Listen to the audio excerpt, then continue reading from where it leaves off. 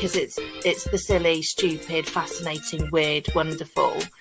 They're my people, and more often than not, they're the geeky people as well.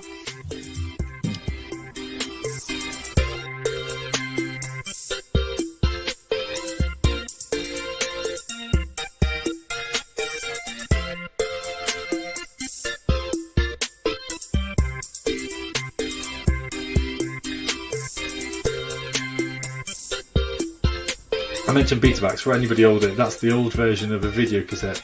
Video cassette is an old version of a DVD. A DVD is not set in the cloud.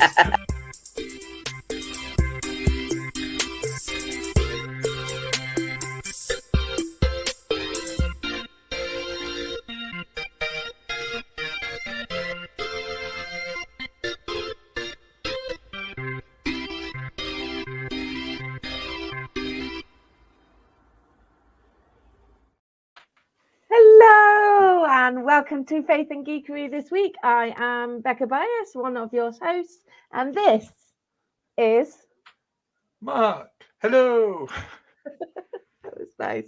There was almost some choreographed dancing in the background, but we'll save that for when we have practiced a little bit more. Mark Stennett, what geekiness have you been up to this week? I have been playing Wormspan, which is the new Wingspan variant, which I got for my birthday, which is very exciting. And I have basically been helping my children with kind of geekery, whether it's playing Mario Kart or it's been doing some mask building ahead of World Book Day. So they've kind of got like crafty Okay. things. Yeah. So I've been helping my daughter make a mask. So those sort of things. Can I clarify that Wormspan is not a souped-up version of the old game Worms? You are correct. It is not the. I'm just trying to work out if I actually have a copy of Worms on here. No, I don't. I'm a bit disappointed. That was one of my favourite games. Yeah, I might be able to find it. No, I won't. Wormspan is WYRM. So worm, so as in wormling, so small dragon-like thing. So rather than kind of nesting bird game, it's nesting dragon game. Right. So it's pretty cool. Normally, this is where I would pick up my phone and zone out for the next 10 minutes as I fall down a rabbit hole of looking at things. You have joined Faith and Geekery this week. If you have not viewed us before, we are a chattery type place where we talk about all things to do with geekiness, and we slip in a bit of faith here and there, and why the way that we show interest in things, the way that we get passionate about things, how that feeds into the value systems that we use, the beliefs that we have about our values, our place in the world, our understanding of what religious practice has to do with that, and how our geeky tendencies might play into that. You might have preconceived ideas about what geekiness is, and we are trying to knock those down. So you are geeky if you are... Complete that sentence, Mark. What would make a geek? Oh, I didn't prep you. Passionate about hobbies, passionate about interests and things that you just kind of, it brims to the top. That, you know, when you're stuck in a lift with someone and you just kind of want to be able to chat about it. Do you know what I mean? It just comes to the surface, you know, that kind of stuff. It's passion, it's playfulness. There's something about joyful interest in the world around you. It's a kind of, it's more of an attitude, isn't it, rather than a specific genre of any one thing. And people maybe who are a little bit neurodiverse, maybe that find solace in fixing on certain things, tend to be our people as well. So whoever you are, for whatever reason you have clicked on our link today, you are welcome. Please do join in by using the chat function if you're watching on Facebook or YouTube, I think. Where else are we streaming? Twitch as well. Twitch. So please do join in. And if at any point you want to continue the conversation, do please follow the Discord link and you will be more than welcome. Also What have I podcast been? as well. And there is a podcast for those of you listening on the podcast. There is nothing to audio describe yet. Mark and I are looking glorious today. In case you needed a visual, that's right. I don't feel glorious.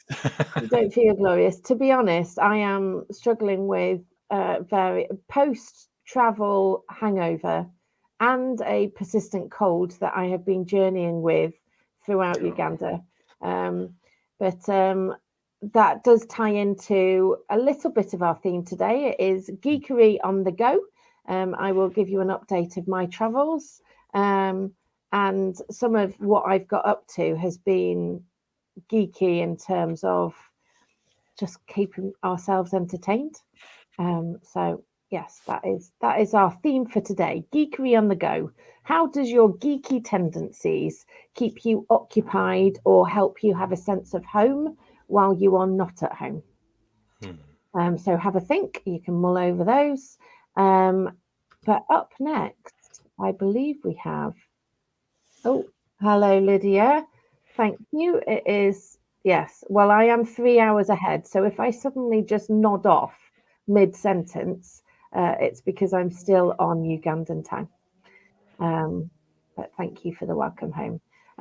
But now I believe we have a new format for geeky news, Mark. Is this true? Yes, yes. Basically, I realised that I do a little video normally, and then we do the video, and then we completely forget what we've just listened to, watched to, and then Yes. we spend kind of 30 seconds trying to remember it. So what I thought is, instead of doing a video, what we'll do this week is just bring up a newspaper, as it were, and we can talk around it. Would we still want Splendid. the geeky news? Yes, kind of absolutely. If okay in then. doubt, we need a. Here we go then.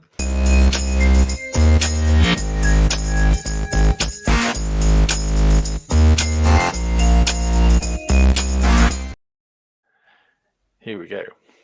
Ooh. Okay. Oh, Formatting is a bit weird. Yeah, we need to work this out. Okay. So it says Geeky News, Tuesday the 5th of March on the top. Good And the gracious. first item, let's see if I can just amend us slightly so we can actually see it a bit better. First item is Discworld celebrates its 40th anniversary, and it has been confirmed that Modifius is creating a new TTRPG on the theme of Discworld. So they're doing a role play game using Discworld. To save me Googling, who are Modifius? I think it's basically a TTRPG content creator. So I think they've done other things in the world. So they take a popular kind of show or something like that and translate it, export it into role play games. Okay, thanks. So I think that's quite exciting, really. And I found out reading about this is that Terry Pratchett started off doing Dungeons and Dragons as a DM. And so the whole kind of world creating really influenced his Discworld, which is quite sweet. That is interesting. So that's really cool. I love that turtle. Yeah. Did you know, incidentally, while we're on Terry Pratchett, and you might do, and I might have mentioned this before, that when they were renovating Lincoln Cathedral, where we've both lived, not in the cathedral, and not at the same time. And not at the same time, but the same house, weirdly. That they got in these artisan stone crafter type people to do the renovation of the facade, and they've included Terry Pratchett references into the side of Lincoln Cathedral. I did not know that. I think something to do with bees, and I think they've got the turtle is just hidden within the thing, like they used to do in medieval times, with the carving of the ceiling. They've done that with the renovation of Lincoln Cathedral. Isn't that wonderful? I want to know if there's a website now, or is there like an informal tour I can do with that? That's really fascinating. That's really good, especially as it's cathedral I've been to, so that's really Yeah, good. yeah. I know. I thought you'd be interested. Yeah, no, that sounds really Sod good. everybody else. Let's just not forget about this podcast streaming malarkey. Next one on the Geeky News is I went with I tried to do a cool pun. Has a good apple dropped from a mighty bush? Because You have to explain. Noel Fielding is starring in Dick Turpin, which is now on Apple TV. And so Okay. Becky and I watched the first 2 episodes last night, and I've got to say it feels very much Noel Fielding shaped, kind of Mighty Boosh-esque. It just feels as if he's lacking kind of a sparring partner. It feels as if it's kind of gone really well with Noel Fielding, but it just feels as if it's lacking a little bit of something. But it may just be finding its teeth, really finding its ground. But you know, it's Noel Fielding having a laugh with Dick Turpin. And for those who enjoyed Mighty Boosh, this will be a little bit of a top up, a little bit of a glimpse back to golden kind of old times. Can I ask a mildly ignorant question, as always? Is he the Noel who presents on Bake Off? Yeah, and he's also the one who kind of talks about your checkout at Tesco, your Tesco club card points. Other supermarkets are available. Next on this is who's ready for the Oscars. Oppenheimer leads with 13 nominations, followed closely by Poor Things. There's just slightly cut off the screen with 11 nominations. When are the Oscars? The Oscars are next week on the 10th. On the 10th. So, and then we also have on here just a bit of random kind of streaming information. Disney has dropped the first trailer for Star Wars, The Acolyte, which is set at the end of the High Republic, set approximately 100 years before Episode 1 of Phantom Menace. I think that's just so. Great Sand Snakes. That was another grasp at a funny or... Great Sand Snakes. Exactly. Very Batman-esque. Yes, I get it. Yes. So that's June 2's at the cinema, and but then also to mention coming streaming is Rings of Power, the next series of Extraordinary, and Sandman all return for Series 2. That was kind of a play on the whole June 2 and kind of more things of Series 2 coming into series. And that, unless you want anything to say else to Geeky News?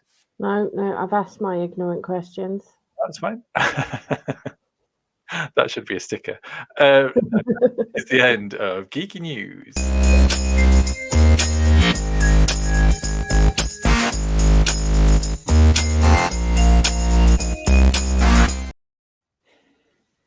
So if you do have geeky news that you would like to bring to the table for the future, then please do use our Discord channel and let us know, because we are always interested in updating, and it doesn't have to be on any particular theme, just something that you are super duper interested in. It would be your top mastermind topic of choice. Is mastermind even a relevant reference anymore? Not really, is it? It still is on. It still goes. Yeah. Okay. Yeah. So it would be your subject of choice on Mastermind. I think that would be the definition. So if you know things are coming up, do let us know. But in the meantime, we have this week's quiz. So get your pens ready, our lovely people. Are you ready? Have you got a pen and paper? I've got my phone. Here we go. Which is my equivalent. So I've opted for doing the quiz this week. Apologies in advance. Yesterday, question number 1. Yesterday, on March the 5th, just in case if you're listening later, TV saw the return of which celebrity reality TV show? So yesterday, on March the 5th, saw the return of which celebrity reality TV show?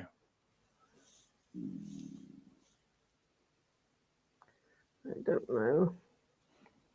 Oh, hang on. I was going to say, folks, don't give anything away in the comments. Yes, don't do it. But feel free to share about the geeky stuff that you've been up to. Okay. Question number 2. With the Oscars next week, somewhat controversially, which director has not been nominated? So, with the Oscars next week, somewhat controversially, which director has not been nominated? Mm. Ah. Mm.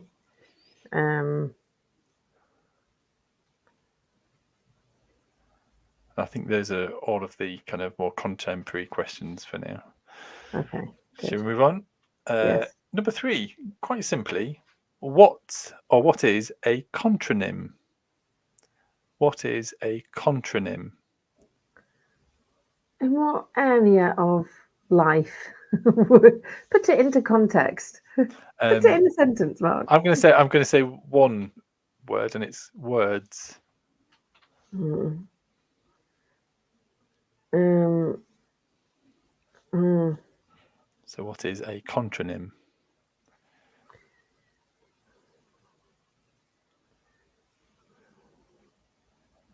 Then number 4, which is, I think, one of the most open questions I've ever asked, is question 4 is, with spring just round the corner, according to Thomson Morgan, which are like the big seed providers, other seed providers are available, what vegetables are recommended to be sown indoors in the UK this month, in March? What were we in March? I have quite an extensive list here. There is a really long list. March is like prime seed sowing month. Yep. I knew that you'd been to Uganda, so I didn't want to be too harsh with you. Does vegetables cover? Oh, go on. This is okay. I may not have foreseen this. You say a Big Mac, then we're in trouble. And then question number 5 is, Agatha Christie is famous for her sleuths, but which of her crime-solving characters was published first? Was it Hercule Poirot or Miss Marple? Oh. Yeah, sorry, I wanted to end on that one. Okay. Question number 4 was like luring you into a false sense of security.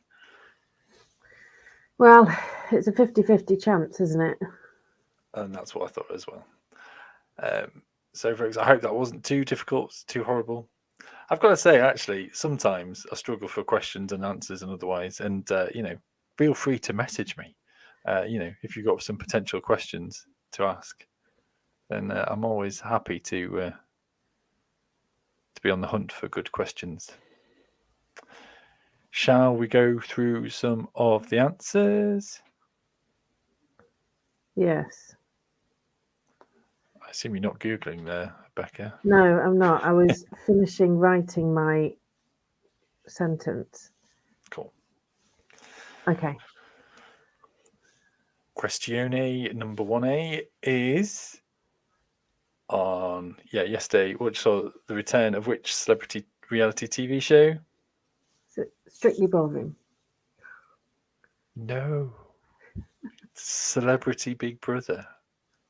Well, I was going to write Big Brother, and then I didn't.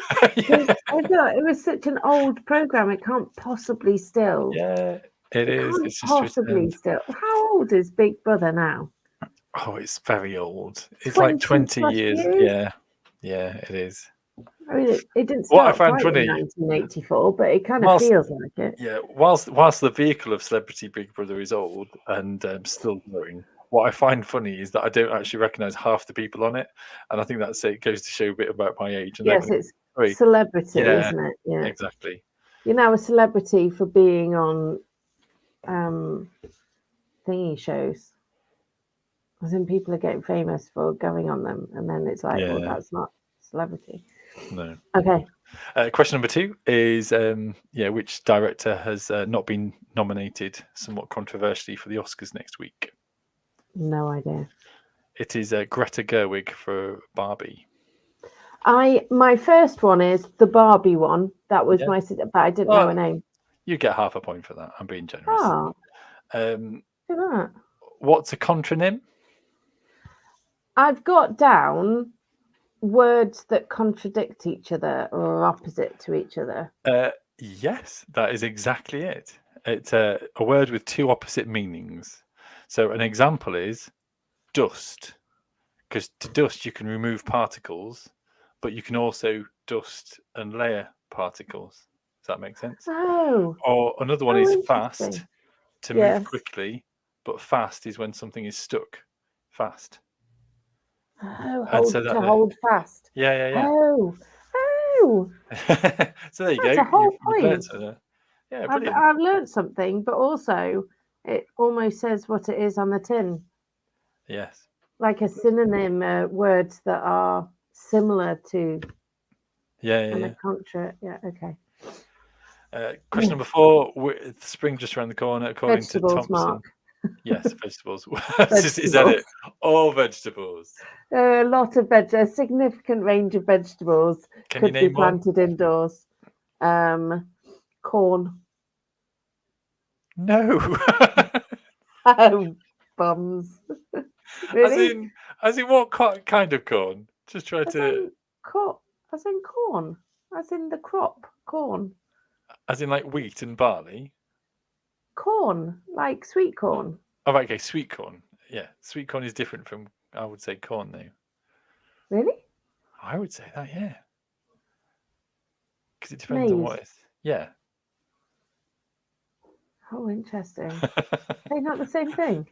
No, because Anyway, I think. can you sow this during the month of March? Technically, not according to Booty, to your Thompson Morgan. Thompson and Morgan website. That being said, I'll be honest. I think I have done that before. 1 second, I'm just going to scroll through. I've still got it on, you see, because I wonder whether it's technically a month earlier. Yeah, so indoors is not then, though technically. Yeah, I don't think you'd sow corn indoors. You'd sow corn out straight into the. No, it's next month for sweet corn.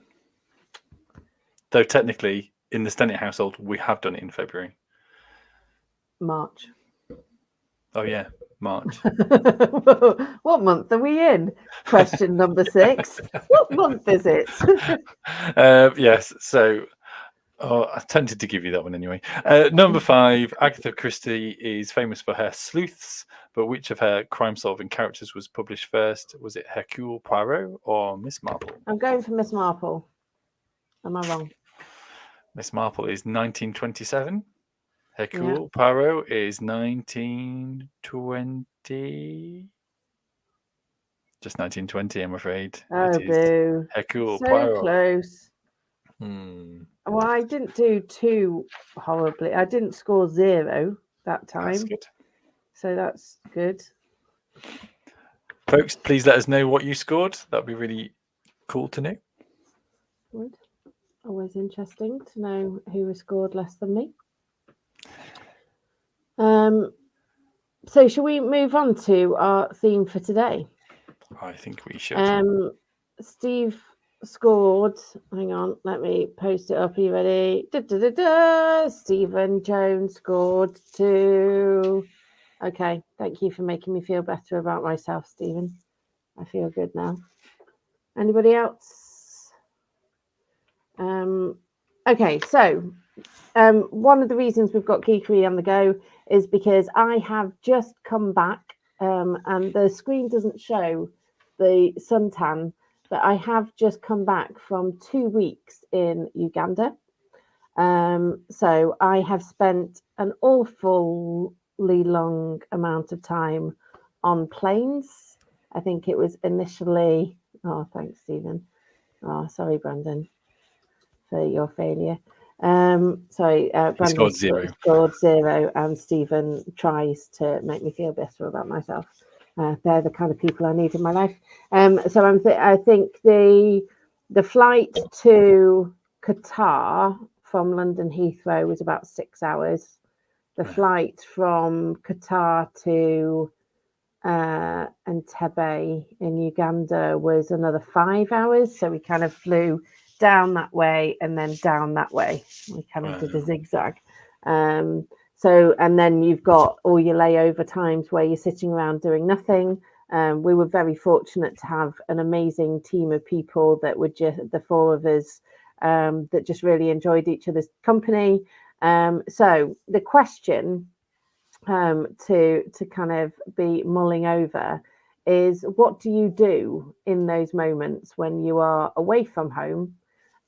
You're away from the familiarity of home surroundings. So there's that sense of homesickness, of not quite belonging, of not knowing where your roots are. What do you do in those times? What do you do to keep yourself occupied? What do you do to keep yourself entertained? To give a sense of normalcy. So one of the things I've done is restart watching Game of Thrones, because it's something that I really love. It's something that's really familiar. And then when I'm in a place that is essentially alien to my normal surroundings and my day to day, having that as a bridge. It's the same for, I listen to Harry Potter when I fall to sleep. I read familiar books. So what is it that you do, Mark, that keeps that? There's a couple of different questions in there, but what do you do to stay entertained, and what do you do to get that homeliness? To keep entertained, we've got a 6, nearly 7-year-old and a 9-year-old who also kind of need entertaining. And so very early on, we've realised over the last few years, we need to take games with us, but kind of games in the bag. So we have played, what I call it, the campfire game, where basically you have like a little kind of a playing card, and you've got tweezers, and you kind of have to put like pieces of logs and like red and yellow cubes onto the logs, and you've got to kind of follow like an instruction card. And so it's a bit like a reverse Jenga, where you've got to kind of build this campfire. So that's one game. We've got kind of a game called Saboteur, which is like a little mining game where one person is out to kind of dupe the rest of them. There is Sushi Go, which is another kind of little card game. And I'm sure there's another game that we play a lot. We have been playing Arboretum recently as well, but that takes up a bit more of a table.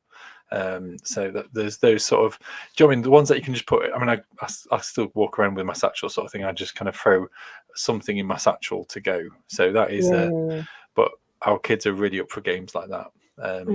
We played a few games of Mafia, which I think is like a bit like Saboteur, isn't it? And I keep describing it as Wink Murder, but not. Yeah, Mafia is very, I mean, it's like Traitors, isn't it, on with Claudia Winkleman. Saboteur is a bit more card based, so you are 7 places away from 3 mines, but you don't know what the mines consist of, and you've got to get the gold, but one of you is there to not get the gold and to kind of get rid of people. So well, just to kind of send them off in a different direction, and you're just trying to sort of tell the truth, or you're trying to mask the truth, or trying to tell the truth, depending on what side of the side that you want.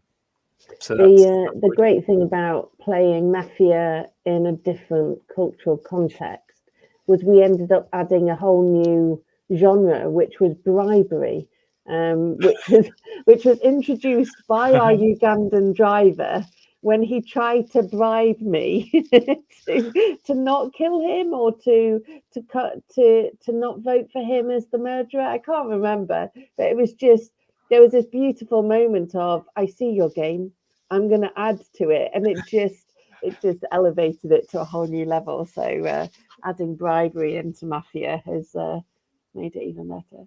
I've got a question. Did you accept a bribe or not? I did not accept a bribe. I did not. Well done. I was also at the time lying about being Mafia and accusing everyone else. But I had, unfortunately, had to murder someone. Part of our gameplay. And Avocado Smash. We played that a few times. And there was some accusation of cheating. Largely because the person accusing kept having her hand on the top of the pile and couldn't possibly understand how anyone else was faster than her. So when I've worked out how to cheat in Avocado Smash, then I will do it. But until then, I don't know how to. So I think it's just speed, isn't it? Like Snap. Yeah, I'm trying to remember Avocado Smash. That's why I've got a puzzled look on my face. It's a bit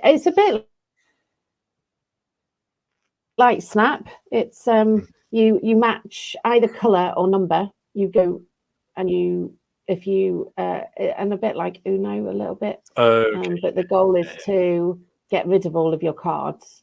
Yeah. And there's different rules. If you get the guacamole card, you do jazz hands and yes, I think I've played it once a while back. I think, if I'm honest, there's a certain type of those sort of games that kind of overlap in my mind, and it's like, is it throw burrito, taco, cheese, cat, dog, mouse, whatever it is, and things like that, where they're all kind of card games, and it's all kind of manic, and you're going to kind of throw things in and doing things, and it's like, how do you, But I like Libretto for that. It's got no rules other than you get all your cards down, and there can be as many piles of cards to start putting down on top of. So you can have up to like 24 people playing all at the same time, which can get very chaotic and violent, which is amusing to be part of. Maybe. In fact, we played something like, was it Slaps in when we were in Albania? We had some card game that we were playing on our travels many years ago. I was going to say, for those who don't know, Becca and I were at Bible College, Cliff College together 20 plus years ago, and we were in Albania 21 years ago. I cannot remember that game, Becca. You've just thrown that on me. I have no idea. Yeah, no, I think we were playing the game where you get all your cards down quite a lot with Hannah.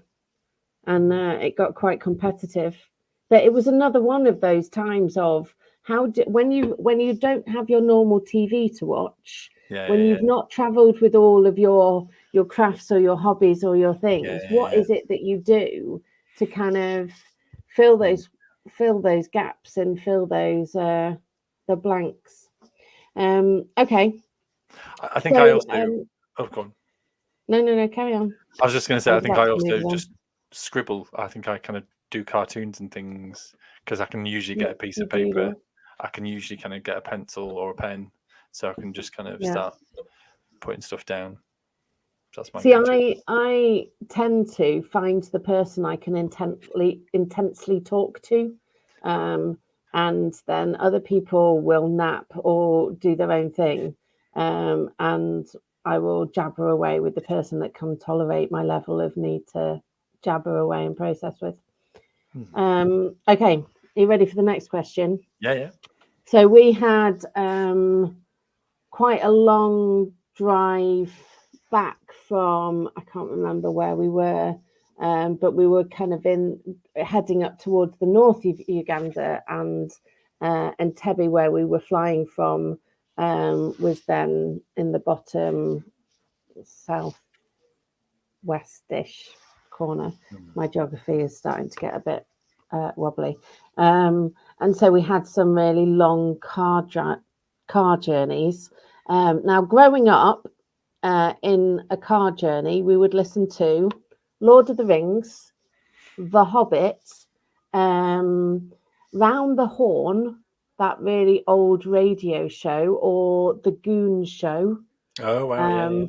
Or Radio 4. So there was a kind of, or Hitchhiker's Guide to the Galaxy. So we had quite a kind of a set playlist for journeys between Manchester and Norfolk, which is where we usually went on holiday. Whereas this time we had a range of different songs, but our longest journey was listening to musicals and Disney and singing quite loudly on our journey. So question for you and our lovely Faith and Geekery community: what do you listen to on long journeys? Well, for me, growing up, we didn't actually have that many long journeys. We went from like where we lived just outside of Hornsey to Bridlington, or to Scarborough. So it Right, was okay. basically just Radio 2, just quite straightforward. Radio 2, Dad was driving, so Dad got to choose the radio Yeah. station. That was that, basically. But kind of growing up, music is always one of these strange things that my older brother and sister used to listen to kind of stuff. And therefore I used to just be in the presence of it. So we would listen to Adam and the Ants and ABBA and things like that. So quite a traditional kind of, I say traditional, I guess Adam and the Ants isn't that traditional, but quite kind of quite specific kind of groups Okay. that I would listen to. But my parents, I mean, my dad used to like listen to Shadows and things like that. The Shadows, not just random Shadows. That would be a little bit strange. The shadows whispering to. Yes, it was that. Your shadow says this. But for kind of, it's interesting. Like for me, kind of in journeys, I think we tend to kind of, I remember the days of doing mixtapes for my mates with Gomez and with who else was it? Presidents of the United States of America and things like that. Yeah, Stephen has just put music. I grew up in the 80s. Need I say more? Exactly. I think for me though, I've only recently kind of discovered podcasts, and so if I'm in the car on my own, or if I've got kind of headphones in traveling somewhere, then I will listen to podcasts now. But usually it is Dungeons and Dragons themed.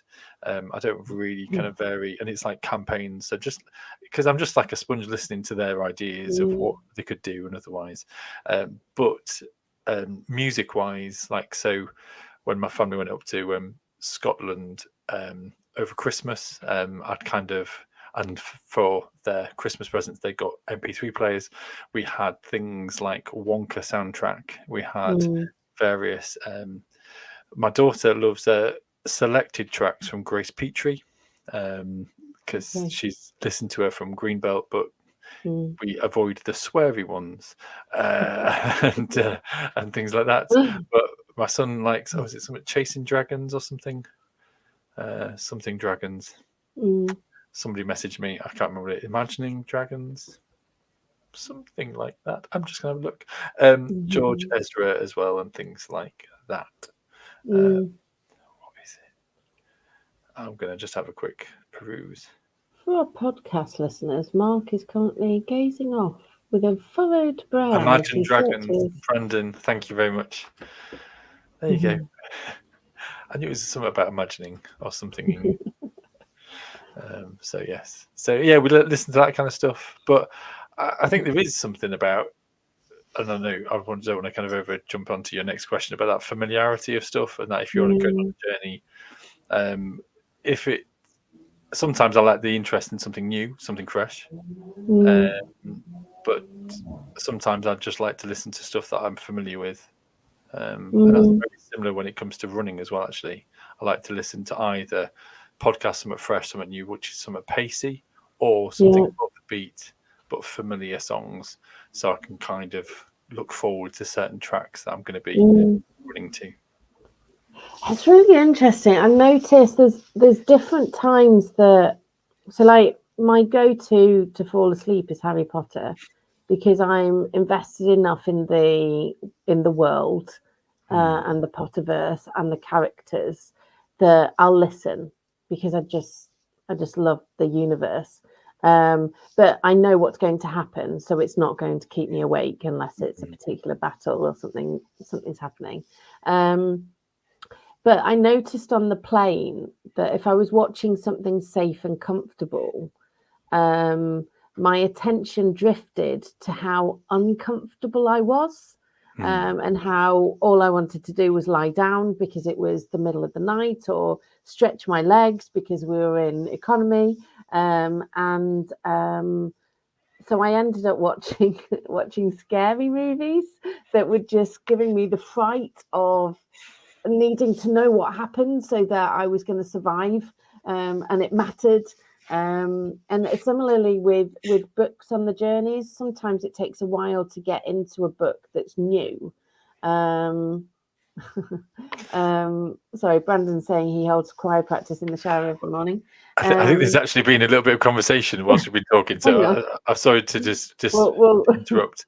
So it says, Stephen just put, just out of curiosity, does any of you sing in your car? Yes, very much. Absolutely. Oh, ow, just cut my watch on my phone. Anyway, and then Brandon has put, I hold choir practice in the shower every morning. But Lydia also then has said, I Lydia do, also, to the whole yes. singing in the car thing. Sorry, Yes. as you were, it's just the whole conversation going on the screen. No, and this is why we love our community of people, that you just jump in and you join in with the conversation. Absolutely. So yes, thank you for continuing on. Yeah, so I've finished new books this time, whereas because I've just been engaged in it and willing, but I can't actually remember what the book was. So I got a new book recommendation from friend of Faith and Geekery, Tim Baker, who was on Travels with us. And I'm just trying to remember what the other book was, because it was just I started reading the Chrysalids. So is this audiobooks or actually reading? No, actually reading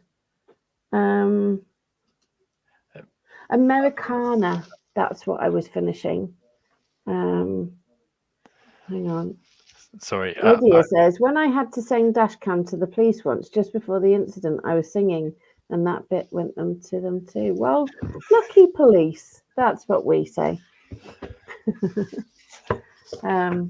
Yeah, so it's interesting what different things that kind of engages the attention and makes you feel comfortable or challenges you, and what you're actually looking for when you're on the move and not at home. And sometimes you want the new, and sometimes you want the super familiar. And as you said, it depends on your situation, does it? If you want it to distract from where you are or what you're doing, then something more engaging. Whereas if you're comfortable and wanting, if you're physically kind of happy but actually want something emotionally comfortable. So Stephen has put, as long as you weren't singing, I shut the show. Very good, very good. This is why we love you, people. And so, I mean, interestingly, there were times where, tied to Stephen's question about singing, we absolutely did sing with deep passion to Disney songs and musicals, and we had a heck of a mixed playlist. But there were times on our travels around Uganda, because we were there for work with All We Can, where it just wouldn't have fit to sing so joyously, and it depends on the type of journey that we're on.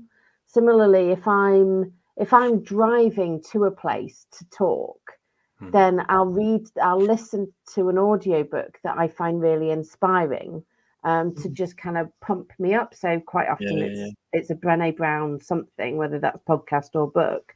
But on the way back, I want something that'll then bring me down and calm my nerves and be more familiar. So no, I get that, because I think when I've gone to a funeral, sometimes I listen to something which is a bit more, I don't want to say slow, but something a bit more meaningful and a bit more heartfelt.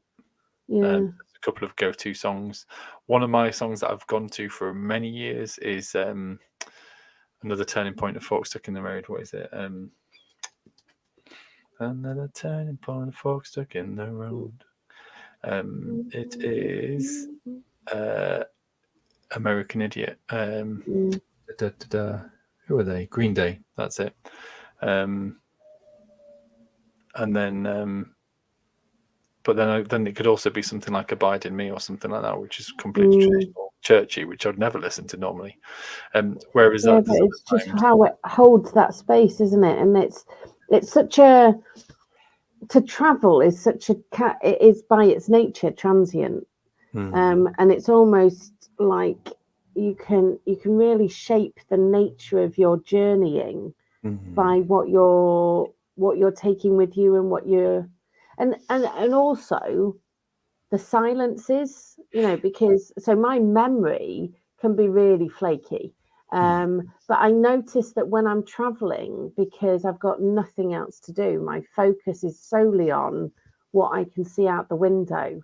And because of the prolonged period of being in the car and the van, I just notice all the things around me. So the silences, interesting. Okay. Can I share one really random airport story? Yeah. I went on holiday with Becky's family, but Becky's sister was celebrating her A levels, so it was like, no, I'm going to go to somewhere else in the UK instead of going on holiday with the family. So Becky's family said, "Do you want to come along?" As I think I was fianced by that point, and sort of said, "Oh, would you want to come along?" And you just have to make your own way there and back, but there's kind of accommodation for you. I was like, "Yeah, brilliant, that's brilliant." I was like, "Oh, we're going to Italy." I haven't been to Italy before, and I don't know Italian. So I spent kind of 6 months, or it felt like 6 months, learning Italian. What I hadn't realised is that my airplane ticket left me in a French airport for 5 hours, and I had nothing French, as in to say I didn't learn French. It was only when I kind of got there, I was like, oh, okay, and I'm on my own in France in an airport, which should hopefully be kind of. I was thinking, and as soon as I realised, because I hadn't just clocked it for some bizarre reason, I just hadn't clocked I was going to be in the airport for 5 hours, and I was like, oh man, what do I do? I'll be fine. I'll be fine.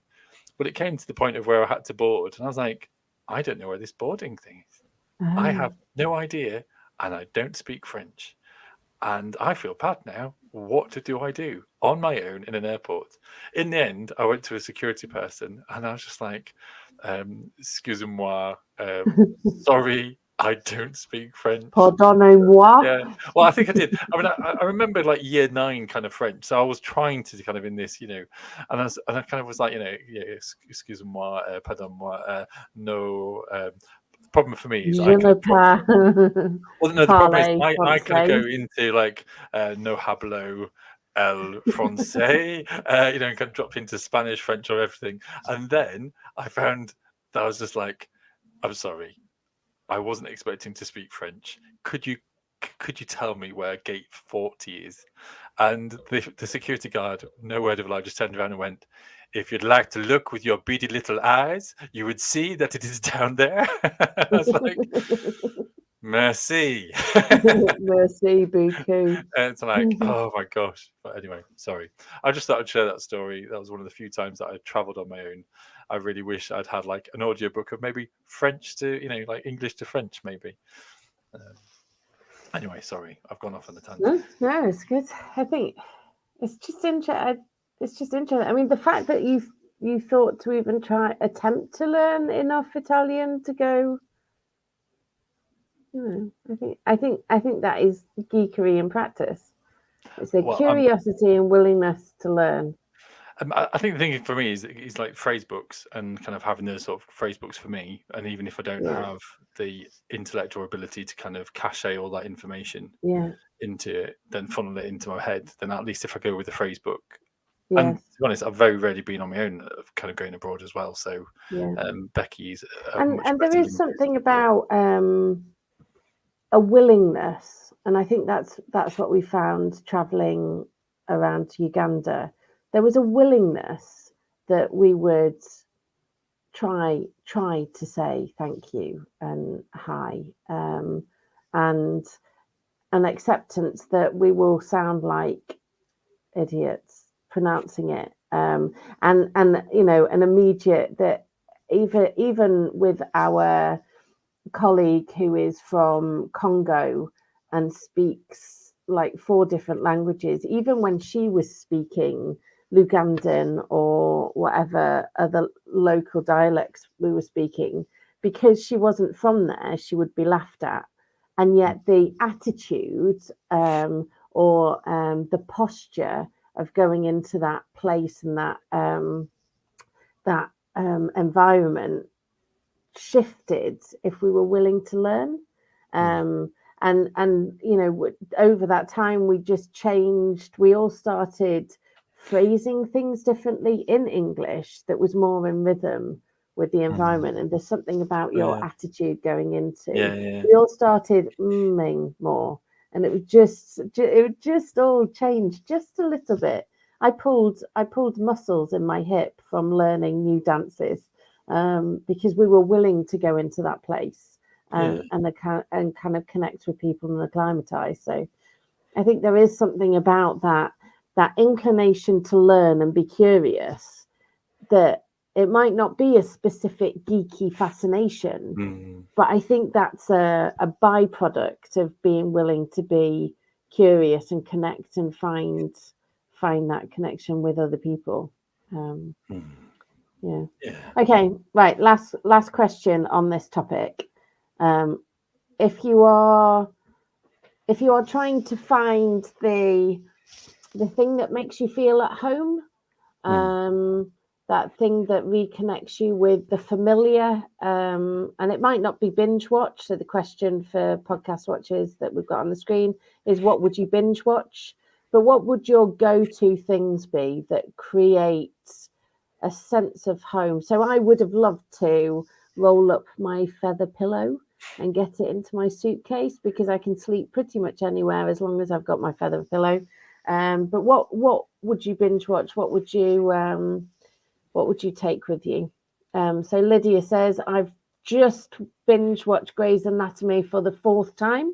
It helps me turn my brain off. The problem with Grey's Anatomy, and I binge watch Grey's Anatomy similarly, is that when you then go into situations like getting on an aeroplane, the inevitable thing that's going to happen if someone's getting on an aeroplane in Grey's Anatomy is that it's going to crash, and someone's either going to be maimed or they're going to die. Oh, yes, and also too much sex. Thanks for that, Lydia. Not on a work trip. I don't think she meant about going to an airport and doing that. I think it was just generally Grey's Anatomy, too much sex. I think that was the comment. I think,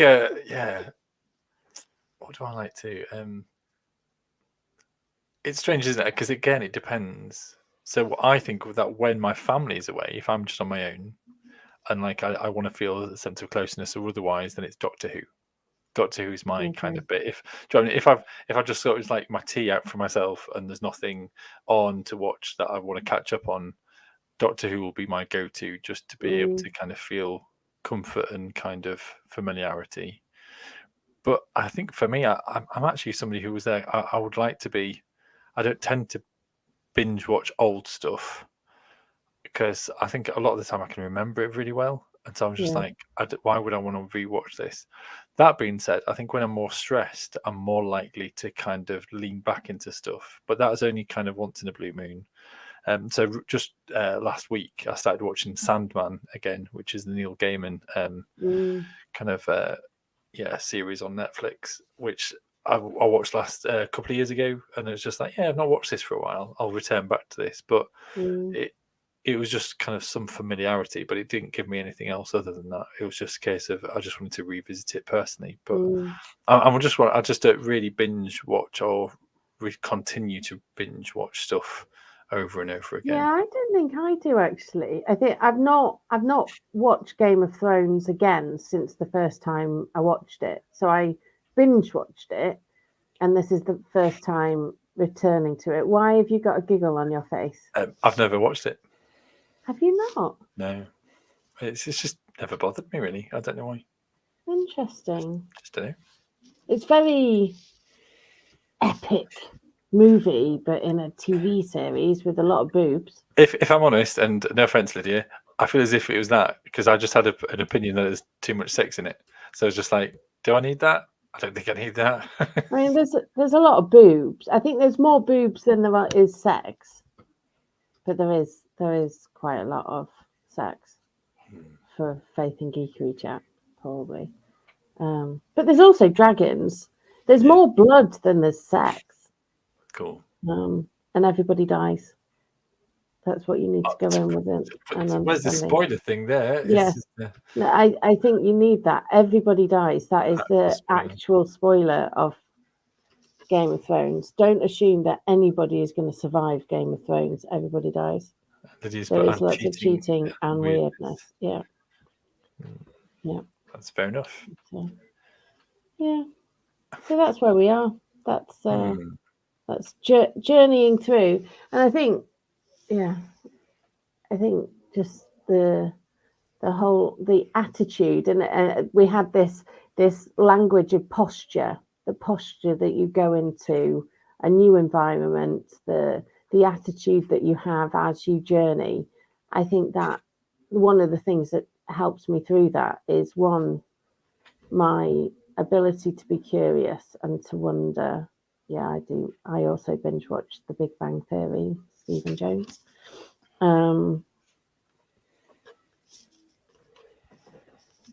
Everybody does die at some point, and it is good to talk about it.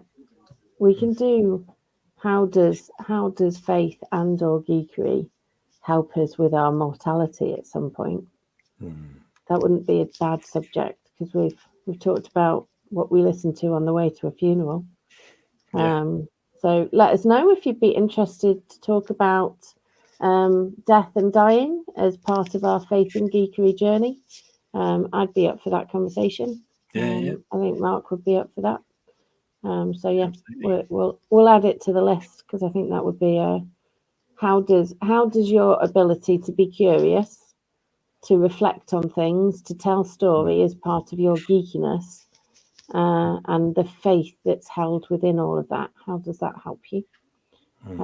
But I think, going to a new place and being able to just wonder and play, and I think our ability to be playful and joyous as a bunch of slightly geeky people just made the connections just unexpectedly wonderful. And I think just for me, it's just as you were saying about that, there's something here, isn't there, about the music that we take with us, the stuff that we go, so the stuff that we watch that accompanies our life, is something about that kind of the soundtrack for our lives, isn't it? And so I think there is something there about kind of to go deeper, is what does that mean for us to kind of have these shows that we go back to? Is it just trivial, or is there something deeper there? And I think for me, Sandman and Good Omens, whilst I don't really like Neil Gaiman I never would have approached his books. I quite like his visual stuff, especially alongside Terry Pratchett stuff. I actually kind of quite like the mortality element of it, and the kind of and even though whether you believe in God or not, they kind of, both of those kind of series offer something more than just a material world, and something kind of expansive I can enjoy my imagination with, and I think that ticks a real box for me. And so I just wonder if there is something here about the songs that we like to listen to, whether in a car on a long journey, whether it delves a little bit deeper into our being, and whether that does, or whether it is in contrast to it as well. Because I've realised there's also times when, you just want to listen to something uplifting and fun. Yeah, I think that throws another item on the faith and geekery agenda, is music and geekeriness. Have you done that before in the previous incarnation? I don't think so. No. Okay. I am aware though that we're nearly out of time. We're nearly out of time, and we've got Geeky Gallery to do before we close. Yes. Should I bring that up? Let's have a look. So we've got Tom with his paintings of 40 40k chaos somethings. I'll just move our thing slightly. Oh, there you go. 40k chaos armies, a demon prince and some terminators on the left hand side. So these are just like little minifigures, and paint scheme pretty simple, but this is just like a Eldar kill team. There you go. At the moment it looks as if it's just kind of like priming, lots of very grayness, but I hope that's not offensive to Tom. And then the next one, Becca, there's a little picture from yourself, and that's just also a reminder for our Discord, sharing things. Yeah. And if you want to hear more about the Ugandan trip, then allwecan.org.uk on Facebook, on Instagram, and as the website, allwecan.org.uk will take you to little snippets, and if you're interested in hearing about that in your community or your church, then it is my job to come out and talk about the way that we do development differently. So do get in touch. Fantastic, worthwhile plug. And I think this is finally just a couple of bits. One from Lydia talking about her Zoom meetings. I just love the fact that she's got a cardboard cut of a cow and a TARDIS behind her for a Zoom. Yeah, I also like fabulous. I also like the little stand for her webcam, I do believe, which Yeah. is pretty cool. And then there's a Emmy 1 of 4, and a little nod to the Crippins. Good evening. And been doing Hello, the some Crippins. painting, but also is it a side duck for Pokemon as well? So classy bit of artwork as well as. I love the little shadow nod. of that duck. Yeah. So sorry, folks. It's a painting of a side duck looking up into the sky, and it's got like little kind of duck footprints coming out from the sea. And it's a nice sunny, shiny day. And whether it's the palm trees or the shadows of the palm trees, not sure, but it looks very cool. It looks nice and sunny, really tropical sun, and also Pokemon slap bang in the middle, which is fantastic. So that's really cool. Yes, and just to say yes, Lydia has said, of course, she has a proper stand. She's married to Mark Harrison. Yes, Mark is a fantastic. He needs to come on the show at some point if he likes being in front of the camera. At some point, he's very geeky about technology, I do believe. I've worked with Mark Harrison before, and Lydia too. They're fantastic people. We like some techie geekery, don't we? Yes, absolutely. That is the end of Geeky Gallery.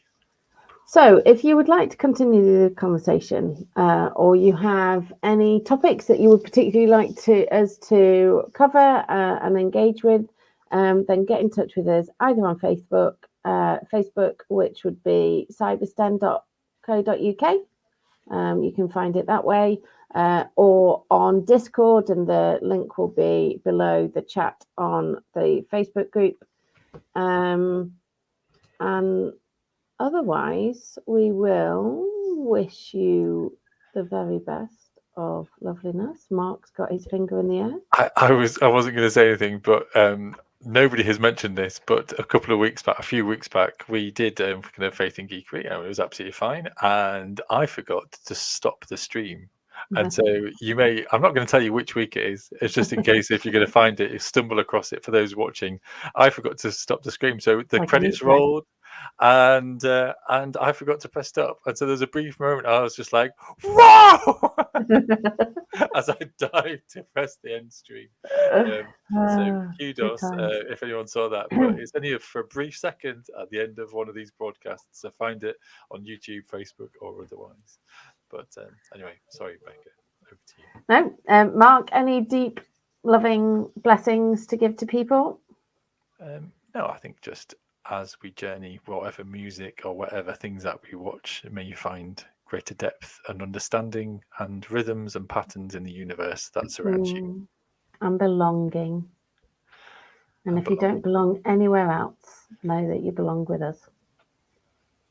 Amen. Amen. See you next week, lovely family.